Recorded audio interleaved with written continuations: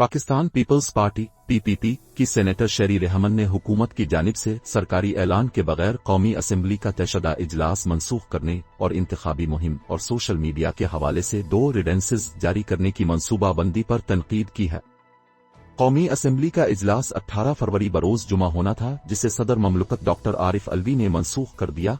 Opposition ने इजलास मुलतवी करने के हुकूमती फैसले को तनकीद का निशाना बनाया था और कहा कि हुकूमत ने ऐसा मुस्लिम लीग नून के सदर शहबाज शरीफ को मुबैना करप्शन केस में फर्द जुर्म आयद करने से बचने से रोकने के इक़दाम के तौर पर ऐसा किया गया। ताहम बाखबर जराए ने डान को बताया था कि हुकूमत कुछ रिडेंसेस जारी करना चाहती है, इसीलिए इजलास मुलतवी कर दिया गया। वजीर इत्तलात फवाद चौधरी ने गुज़िश्ता रोज डान को बताया था कि हुकूमत सोशल मीडिया पर लोगों और इदारों की बदनामी को काबिल सजा जुर्म करार देने वाला ऑर्डिनेंस जारी करने वाली है। वजीर इत्तलात ने मजीद बताया था कि मुजव्वज़ा कानून साजी के मसवदे बशमूल इलेक्शंस एक्ट 2017 में एक तरमीम जिसमें अराकीन पार्लियामेंट को इंतखाबी मुहिम में हिस्सा लेने की इजाजत दी गई है, मंजूरी के लिए पहले ही वफाकी काबीना के अराकीन को भेज दी गई है। उन्होंने कहा कि दोनों कवानीन के नफाज के लिए सदारती ऑर्डिनेंस जारी किया जाएगा। पीटीआई हुकूमत को कानून साजी के लिए ऑर्डिनेंस पर बहुत ज्यादा इन्हिसार करने पर सख्त तनकीद का सामना है। मौजूदा हुकूमत ने अगस्त 2018 से अब तक 70 से ज्यादा रिडेंसेस जारी किए हैं।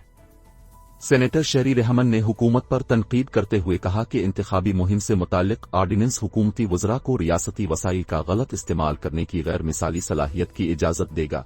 उन्होंने कहा कि इससे जाहिर होता है कि हुकूमत कितनी ज्यादा अपने अवाम के खौफ में मुब्तला है। उन्होंने सोशल मीडिया के कवानीन के दायराकार को इंतहाई सख्त करार दिया, जिसका इस्तेमाल इख्तिलाफ राय को मजीद रोकने के लिए किया जाएगा। सोशल मीडिया के हवाले से ये तब्दीलियां इस माह के शुरू में एक वाक़े के बाद सामने आए, जिसमें एक टीवी प्रोग्राम के पैनल ने वजीर आजम इमरान खान के वजीर मुआसलात मुराद सईद को एक तकरीब में 10 बेहतरीन कारकर्दगी दिखाने वाली वफाकी वजारतों में पहली पोजीशन देने के फैसले पर सवाल उठाया। पैनल ने वफाकी वजीर के बारे में कई तनकीदी और तज़हीक आमेज तबसरे किए थे, जिसमें ये बात कही गई थी कि अवार्ड के पीछे उनकी वजारत की कारकर्दगी के अलावा कुछ दूसरे अवामिल हैं। इस प्रोग्राम पर हुकूमती ओहदेदारों की जानिब से शदीद तनकीद की गई थी और न्यूज़ 1 को मुबैना तौर पर केबल नेटवर्क से ऑफ एयर कर दिया गया था।